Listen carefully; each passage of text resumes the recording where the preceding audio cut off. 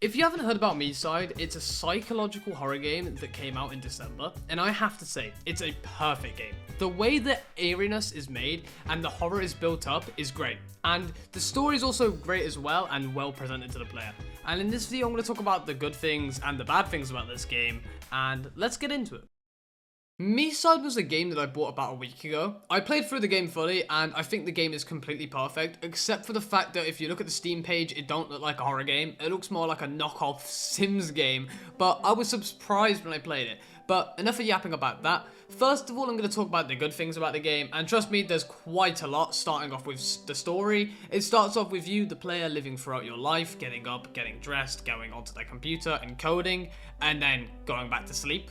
Until you get a text on your phone telling you to download a game, which is where you meet Mita, who you have to pick up stuff for them, kind of like a mini Sims 4 game, up until you get teleported into the actual game with the person. What was once a game where you just had to care for Mita turns to hell pretty quickly, being inside the game that you were just observing from your phone. But to summarize the rest of the story, there's loads of Mitas, basically copies, but with a different personality. And there's a lot of good Mitas, but there's just this one called Crazy Mita, whose only want is you, the player, in which she kills people in-game just to turn you, the player, into a cartridge, which means that you would be permanently stuck in the game forever. Now, if you don't understand the story to at least a small level, I would just recommend buying the game anyway and playing it for yourself, but the story is really simple to understand as you play through the game. I would say the story flows really well, plus the story is something that I've not really seen from any other game. It's pretty good. The horror is in Miside as well is also great. It's more eerie, you will notice that. There is like not many jump scares as it's more psychological horror than anything, and it really is the best thing about the game. But when the jump scares do hit though, they hit, and the worst times ever as well, in a good way, because one of them was in one of the levels where you were like returned back to your house, and you're on the computer, and that shook me up because I had absolutely no idea that was going to happen. I can't even lie, I think I switched off for a second and it scared the life out of me.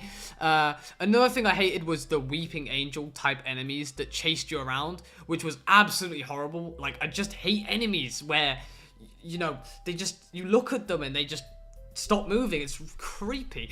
And you know, I had to run around that area as well in that level like 3 or 4 times until I realized that you can just go to the middle and they all stop moving, which was just stupid from me. Anyway, going back to the horror of the game, the music in the game as well and general ambience sets the mood of the game perfectly. When you're in the endless corridors, it's just rain sounds, and then bam, a thing goes through the window and a weird version of Mita, and then some really weird-ass doll is in the corner of the room, and he just scares the life out of you. And not just that, the scary doll just looks like they were from Toy Story. Well, horror is another great thing about the game, but how about we talk about the mini Easter eggs and the other endings you can reach in this game?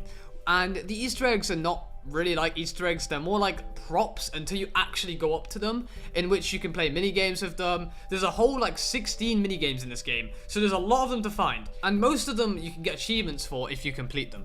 And there are multiple endings besides the first ending, so you will most likely do the first ending when you do play the game first, but there are 2 others. The safe ending, in which you open some safe code, and the other ending where you stay with Mita, which is when you hear noises at the drawer and you kind of have to just click stay, but you obviously won't be able to do that until you complete the game first. And it just kind of shows a different version of the original ending. And it also opens up some sort of sandbox mode, which isn't out in the game yet, which is what it is, I guess.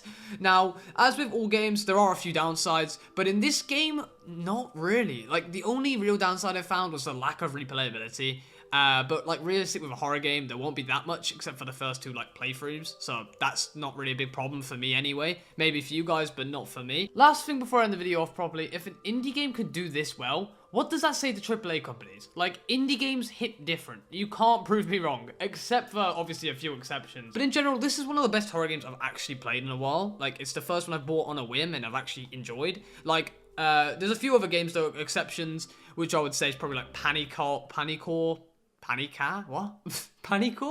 Demonologist, which I've been really enjoying at the moment as well. And I hope this game does continue to do well on Steam and get played, because I think it's actually quite an enjoyable game. And yeah, this is all the yapping you needed to hear from me for one video. There will be probably a panicore video out as well on the second channel, and maybe on this channel. I don't know for sure yet if I can even bother yapping about that, as bad as it sounds.